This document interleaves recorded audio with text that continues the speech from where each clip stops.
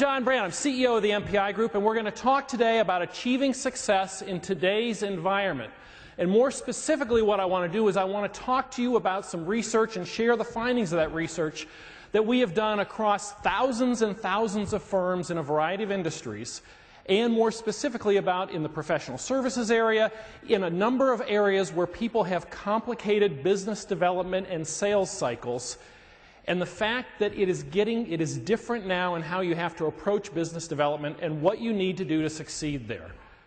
And by the end of the day, and by the end of Mike's excellent presentation, I hope you get a feel for what some of your competitors are doing, and maybe some things that you can do differently to increase the number of business development leads and wins that you have.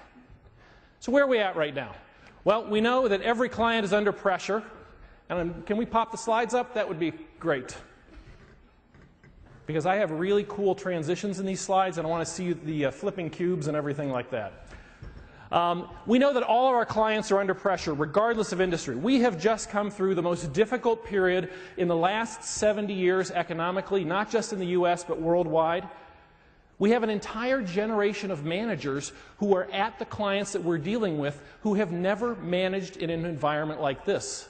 Because the last time it was this bad, and this downturn was not as bad as the Depression, let's be clear on that, but it has not been this bad since the 1930s in 2008 and 2009. So we have a number of clients who are under incredible pressure right now, and that's making them do some odd things, ask different questions, and look at value differently. And that combines with a number of other trends we've seen to say that business development is different than it used to be. And the single most important thing that you can take away from this today is that your clients want something different than they've wanted in the past. They want more than a service or a product, regardless of industry, and they want more than an accounting function or an accounting consulting job from you. And why is that? Why is that? Is because what we're seeing across industries and the research we're doing is that, in general, everything is falling toward commoditization. Your clients now expect that if you're providing a service, it's going to be quality. They're going to expect that you're going to do what you say you're going to do. And they increasingly expect that they're going to be able to get more value from you year after year, whether via declining prices, greater integration of services, or more support. And if you cannot provide them this greater value, if you can't add to the core functions, you are putting your base business at risk, and you are certainly putting your business of the future at risk. Now, the really interesting thing is that when we do this research, and we do research across, you name the industry, crazy industry, we've probably done research there, whether it's heavy machinery, healthcare, pest control, beauty salons, you name the industry. We've done some studies in a couple of industries that are pretty far away from what you would think are cutting edge. And what we've seen there is that those firms that are starting to put together an integrated package of not just a product, but a product, a service, and some consulting, are seeing faster growth rates and higher profit margins going forward. And that applies to professional services as well. The question in every industry, but I would argue especially in professional services right now, is how are you going to create 5% more value for every single client every single year going forward? Because that's the question they're going to ask you. And the easy way to do that is to cut your prices by 5%. The problem is that doesn't work after about 2 to 3 years. So the question is, what do we need to do? How do we act differently? How do we market differently? How do we deliver service differently going forward? So I mentioned business development has changed dramatically. We don't have a lot of time here today, so what I want to do is I want to focus in on 3 key areas that you need to keep in mind. And that is how your clients have changed, how mediums and methods have changed, and how your specific competitors have changed and adapted to this to meet the new market realities. So the first question is, what do your clients want from you? Do they want to buy an accounting function? Do they want to buy a consulting project? Or do they want something more? And the interesting thing about this is, if you think through, we've had a number of societal changes that have gone forward that have made big differences. How many people in this room, let me ask this question, how many people in this room have some sort of an electronic device, on them right now? A BlackBerry, an iPhone? How many of you use that or some other electronic device to manage your tasks these days? Whether it's your computer, a task list, entourage, whatever, huge number. How many of you, like me, absolutely hate that device? How many?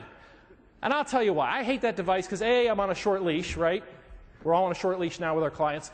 B, because I manage my tasks with it, I am very nostalgic for the days when I used to use this method of personal management. It was called, maybe you've heard of it, the legal pad method of management. Anybody here ever use the legal pad method of management? Oh, God, do I miss that.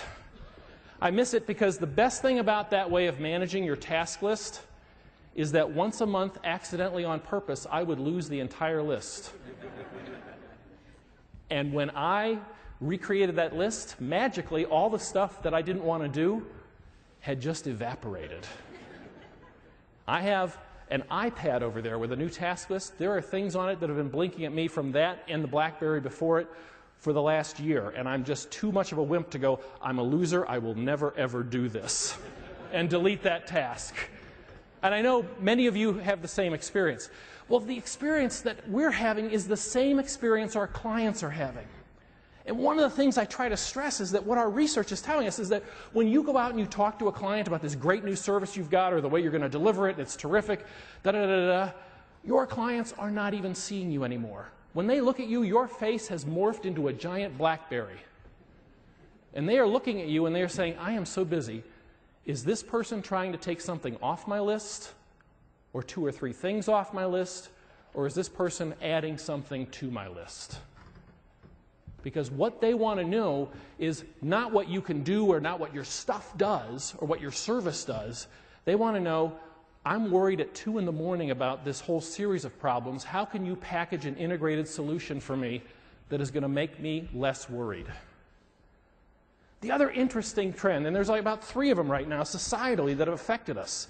The second one is the fact that we are being compared to industries that are not anything like us.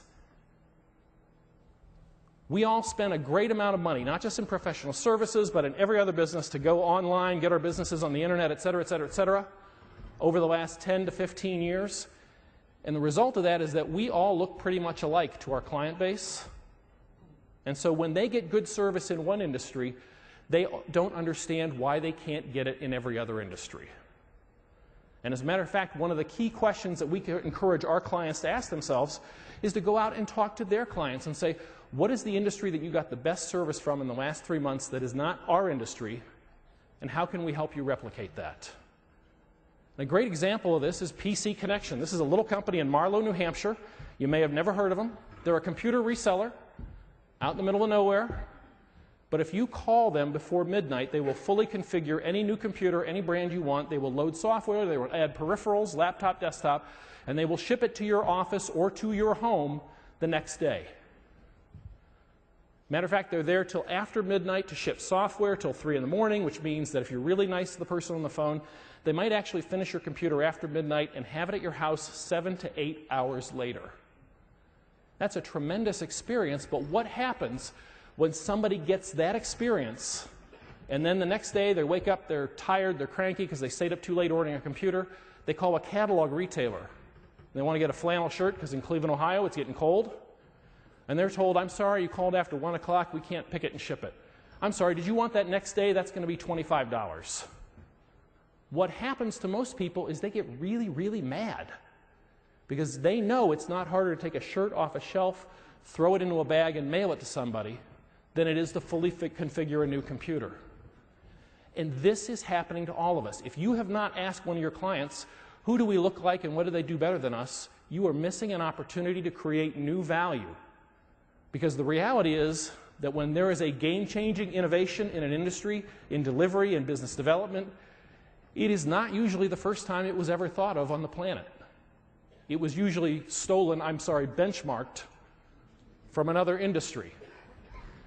And I would encourage you to do that. The other thing is that clients think differently about our businesses, and we are all desperately trying to catch up to what they actually think we do and what we stand for. What does our brand mean? Great example of this is Guinness. Guinness has done very well around the world. They've had a 20-year, pretty much nonstop run. except for one market where they got in trouble in the early 2000s. Anybody have an idea what market that was? Ireland. 3% decline in sales in Ireland. And why? Well, let's go through the standard MBA causes all of us would go through. Well, or, okay, well, maybe their production quality. Well, it's the same recipe for 350 years. Probably that's not the issue. Not enough advertising and marketing. Ever been to Ireland? Can you turn around without seeing something that says Guinness on it when you are there? No. So when they examined it, what they found was they did not have a standard business problem. The problem they had was that the demographic they needed to reach, the 20 and the 30-year-olds, basically they were looking at the 50 and the 60-year-olds in the pub, and they were saying, if that's what the end of a career drinking Guinness looks like, I'm not going there. I'll have the light beer, please.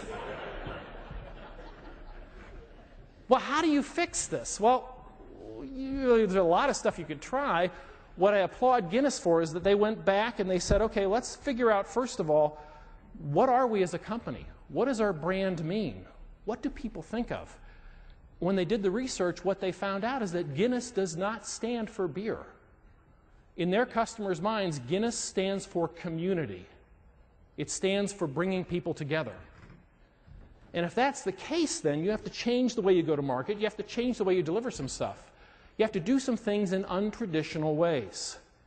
What they did, for example, is they took that brewery at St. James Gate, they turned it into what they call the Guinness Storehouse. They now do all employee development and training there to build the Guinness culture. They do all kinds of poetry readings, concerts, etc., that are attractive to the demographic. They do all bartender training because apparently there is a right way and a wrong way to pour a Guinness. I see a number of you nodding enthusiastically. I will not ask how your research was conducted. And it's really interesting. They've seen some promising results, but the thing that gets me is that this is a beer company, right? But their brand, they've decided, stands for community, and they are going to market differently now in all kinds of creative ways.